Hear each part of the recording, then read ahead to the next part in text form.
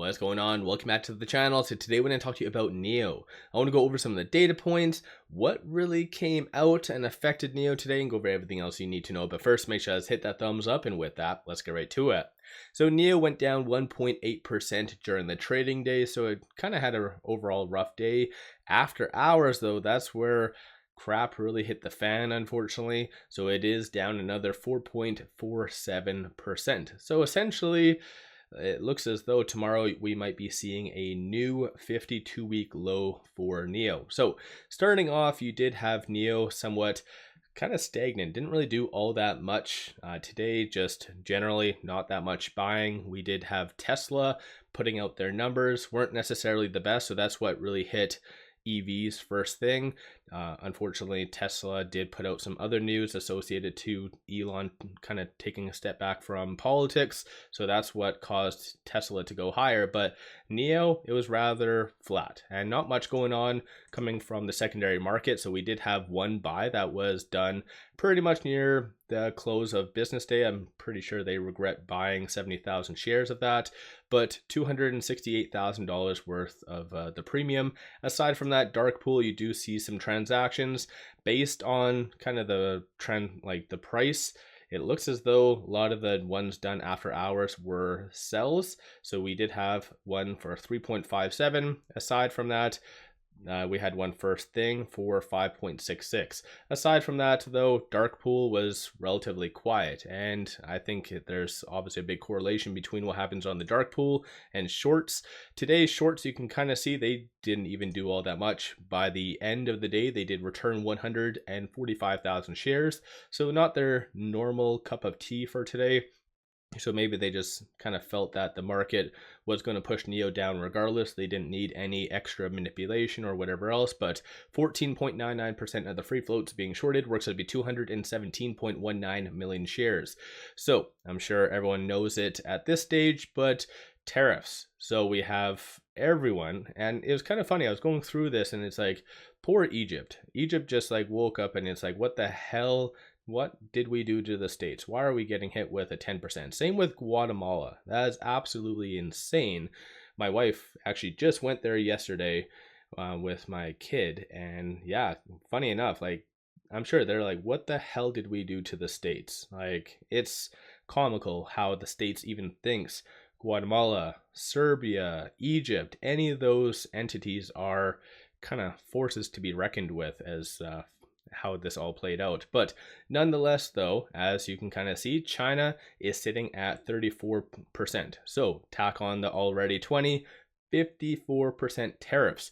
And I have explained this in the past, but just in case some individuals don't know, some people would just say, well, you know what, like, that doesn't make a difference. NIO doesn't ship to the States, which you are completely on point. But what all these tariffs do is it really affects consumers' buying power. So ultimately, less of kind of the Chinese products are going to be ordered by the States. And thus, even though it might not be that big of a deal, over time, it's going to cause a domino effect, eventually affect the consumers, thus their buying power to buy vehicles and so forth. So that is ultimately what will really affect NIO. And like I said, even after hours, it went down roughly 4.47%.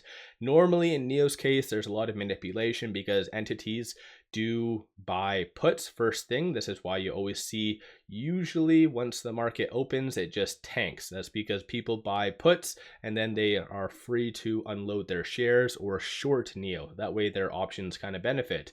So I can only imagine how this is all going to play out once the market does open tomorrow. So like I said, with it at 363 after hours, 357 is that 52-week low, so we might be seeing kind of lower lows, unfortunately. Aside from that, nothing really new for speculative kind of rumors or anything like that. No official news, so the market is still digesting essentially their March numbers, which it's, I don't know, some people were saying that I was being too hard on them, which maybe so, but I think just for face value, market didn't overly like it, but then again, what do I know, right? Aside from that, though, looking at the options, you had 1.44 million in calls, 714,000 in puts. 46% of all the options being done today were bearish in nature, and that's not even encumbering the tariffs, because all that news came out after hours. Looking at the volume, you did have a very low volume today, so 2.1 million in total premiums. Yesterday was 6.7, day prior was 13.6. So definitely volume is dropping dramatically, so something just to kind of keep in mind.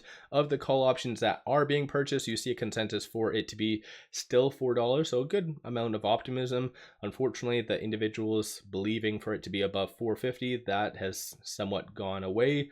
So optimism for NIO, massive recovery, is slowly diminishing.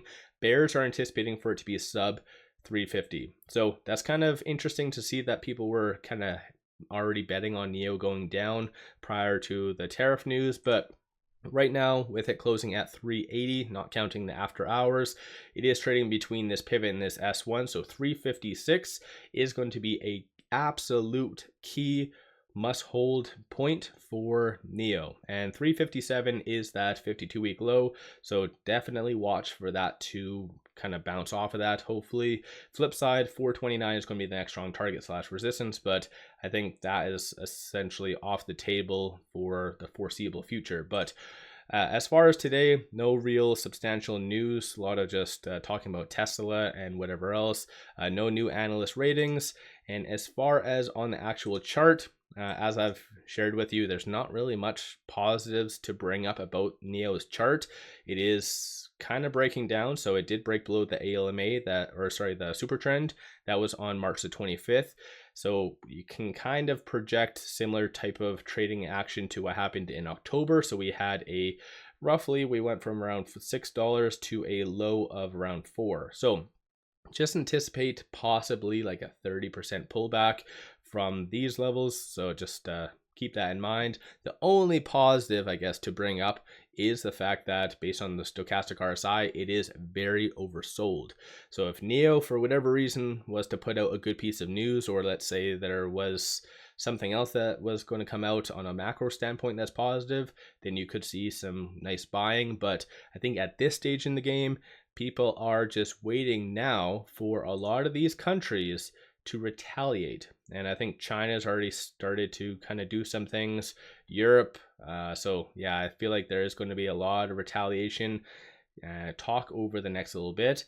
Poland, I don't know where Poland is on this list, but I already did see their government. It doesn't actually even look like they got hit for the most part, but I know they did state that if you pretty much attack our friends, we're going to come after you. So maybe, or I guess Poland's part of the European Union, so just grouped under that. But I had somewhat of a blonde moment there. But yeah, nonetheless, it's, I guess now we just have to wait for retaliations. I think China definitely will be retaliating more than what they've already stated. So I think they did bring up recently how they are going to be restricting the actual investments in the States. So that, of course, isn't all that great. But like I said, it's a fun ride. This isn't new to NIO. For those OGs in NIO, you already know it's full of manipulation, geopolitical issues run rampant within NIO. So it is a fun ride. So let me know your thoughts. Are you buying more? Are you selling? What's your kind of general thoughts? Like I mentioned 2 weeks ago or a week and a half ago, I did sell some $4 puts. Those did get exercised, or sorry, last week. And yeah, so I have roughly 500 shares of NIO right now, over and above than what I already did have. But yeah, it's definitely interesting. I'll have to be really looking at the chart just to see essentially where I would buy more, because this is a falling knife and I'm not really one to buy falling knives. I'd rather wait for a confirmed trend. But like I said, I think tomorrow might be a new 52-week low. So what's your viewpoint? One final thing, if you're looking for some kick-ass buy signals for stocks, crypto, or options, pop over to my Patreon. Definitely worthwhile to do that. Many of them that I've been putting out are absolutely on point and bangers. So yeah, definitely worthwhile to kind of check it out. So with all that said, appreciate all of you watching.